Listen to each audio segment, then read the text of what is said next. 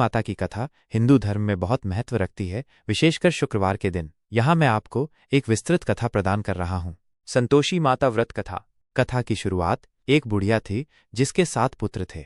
6 पुत्र कमाते थे और एक बेरोजगार था। बुढ़िया अपने 6 कमाऊ पुत्रों को तो अच्छा भोजन देती थी, लेकिन बेरोजगार पुत्र को उनकी थालियों में बचा हुआ जूठन खिलाती थी। उस बेरोजगार पुत्र की पत्नी बहुत ही सहनशील थी, वह चुपचाप सब सहती थी। एक दिन उसने अपने पति से कहा कि वो परदेश जाकर कुछ कमाए। पति परदेश चला गया। पीछे से उसकी पत्नी को उसकी सास और बाकी घरवाले बहुत परेशान करते थे। उसे घर के सारे काम करने पड़ते थे और खाने के लिए केवल जूठन और नारियल के खोल में पानी मिलता था। संतोषी माता का व्रत। एक दिन वो महिला मंदिर गई। वहां उसने कुछ महिलाओं को संतोषी माता का व्रत करते देखा। उसने उनसे व्रत की विधि पूछी। महिलाओं ने बताया कि ये व्रत बहुत फलदायी है, इससे मन की सभी इच्छाएं पूरी होती हैं। उन्होंने व्रत की विधि भी बताई। हर शुक्रवार को व्रत रखना, गुड़ और चने का प्रसाद चढ़ाना, कथा सुनना, व्रत के दौरान खट्टी चीजें नहीं खानी है। उस महिला ने श्रद्धापूर्वक व्रत करना शुरू किया। माता संतोषी उस पर प्रसन्न हुई। पति का वापस आना। माता संतोषी की कृपा से उस महिला का पति परदेश में खूब धन कमाकर वापस आया।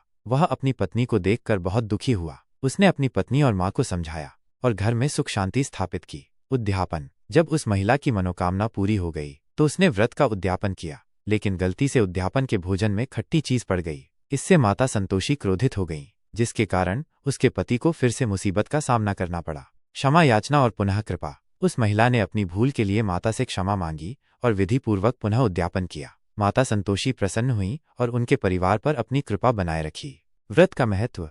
संतोषी माता का व्रत रखने से मन की शांति मिलती है। यह व्रत सुख समृद्धि और संतोष प्रदान करता है। यह व्रत पारिवारिक कलह को दूर करता है।